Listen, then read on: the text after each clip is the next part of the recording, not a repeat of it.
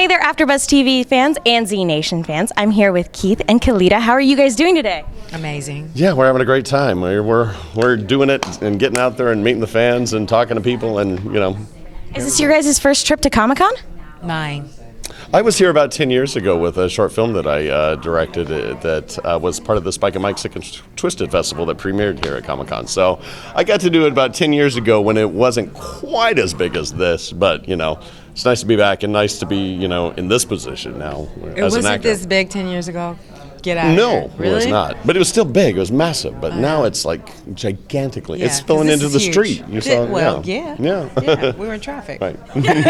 So with the way that the season 1 ended, with nuclear fallout being imminent, I was wondering, when you guys read the script, were you wondering how on earth are we going to get out of this situation? That was my first question. That was my first question when we came back. I was like, now shut up. Did I live? Yeah, do I get a job next season first or of what? all, how do I get in the truck and outrun the missile? Like, I was flabbergasted, but I also know that I'm not a real science techie person, so I went with it. I was like, forget it. I guess a Cadillac truck could make it. I don't know. Get in that Escalade. Yeah, let's go do it. Your character is kind of king of the zombies now. He's gone through a bit of a transformation, but we haven't seen the full reveal yet. How long until we get kind of the payoff of that? Is it going to be something that we see right from the get-go, or is it something that's going to take a little bit longer to unfold? Actually, it's physically I am different right away because I shed my skin. It's awesome in the finale of last season, so right away my appearance has changed, but my development is a little more progressive as I start to be able to figure out what I can do, what I am capable of, as far as like mind controlling zombies and all that stuff. This is a whole new area for me, so it unfolds in a really fun and interesting way, I see what I can get away with in this one, I will say he's kind of making King of Zombies a little sexy. Little sexy. Almost feel like I might want to get bit. Just maybe right here. Just a nibble. Maybe right here. Well, speaking of which, your character is the leader of the group. The group is kind of splintered and everybody is kind of scattered to the winds. Murphy and your character had there was a little bit of tension there towards the end as to who was really leading the group. Are we going to see more of that friction this coming season?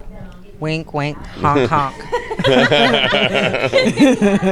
No rest for the weary, that's for sure. Wink, wink, honk, this honk. one does not let me get away with nothing. Well, I think in any television show, you always want the female and the male to have some type of conflict, but lovingly. So I liken to him more like a big brother. And so in that, even though I may come across as if I am bossing him or his nightmare, it has more to do for his best welfare, because he is the savior of humanity in the show. Don't take this further. In the show. So in that, there's a responsibility to keep him mentally intact. And that to keep us on course. So that's kind of more of what my strength is in bossing him around. And I think also, as but far it makes as it sexy, right, as far as our dynamic, we're both very, very strong-willed people, and so we're often, butting heads. But I think there is a mutual respect that we have found in the characters and in the writing that we may have been somewhat friends if this hadn't been our situation.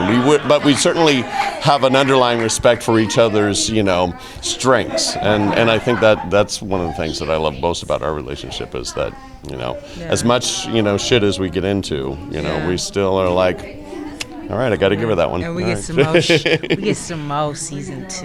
Yeah. Well, Murphy in particular, he grew a lot in season 1. He went from somebody caring only about himself to kind of caring about other people as much as he's capable of. Absolutely. Are we going to see more of that sort of progression and him develop relationships? And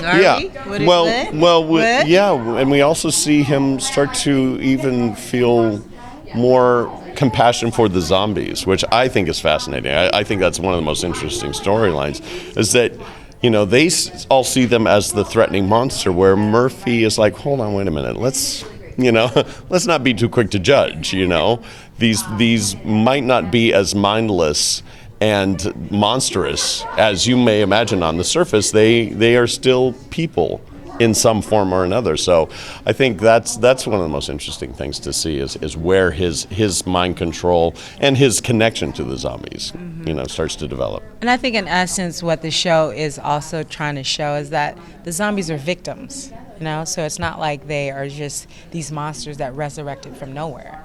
So part of what's great as he is the catalyst to getting that kind of energy resonating about them is that they're victims, Yeah. And so he kind of gives a little interjection of how maybe we can care, but we gotta go. There's still a glimmer of humanity, but we don't have time for that.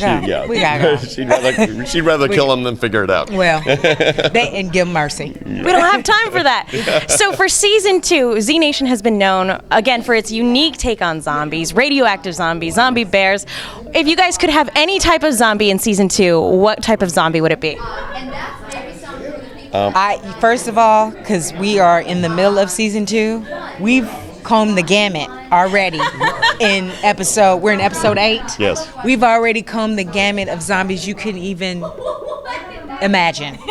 So to even go upon this would be, I don't know, leprechaun zombies, I don't know. And that might scare me, you know what I'm saying? We might have to do some more, I don't know, Wizard of Oz zombies, I don't know. Like, if we give these writers any more ideas, I might have to go.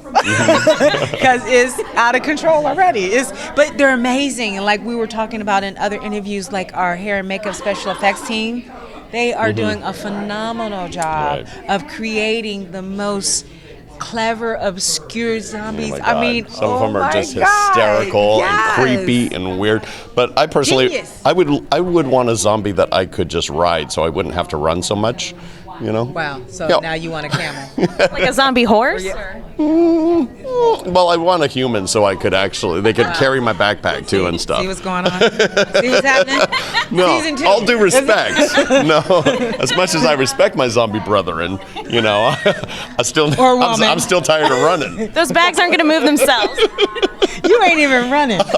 You are walking. Yeah, I'm walking. First of all, season 2 is amazing. Season 2 is going to be great. It's going to be even more groundbreaking than season 1. Yeah. And without us, because it's hard to kind of talk about season 2 without telling. Exactly, no spoilers. Yeah, we don't want to tell. We don't want to get fired. So, but what I will say is that you will be in for the ride of your zombie life. Fantastic. One last question. If you guys could have anybody on your zombie apocalypse team in the zombie apocalypse, who would you want on your team? Either Michael Vick or LeBron James. I'm just saying. I'm going to need a little downtime. I'm just saying. I think George Carlin. I just think he would always have something. So you want to resurrect him? Yes, I would. Jesus. I think he'd have some really good insight and some funny things to say. He'd keep it light. Okay, then let me go back. Okay, wait. And we can resurrect somebody. I would pick Harriet Tubman because I'm tired. No way. And I would need her to keep it moving. That is awesome. Well, thank you guys so much for taking the time to talk to us today. Good to see you. Pleasure. Good to see you again, Comic-Con, too. guys.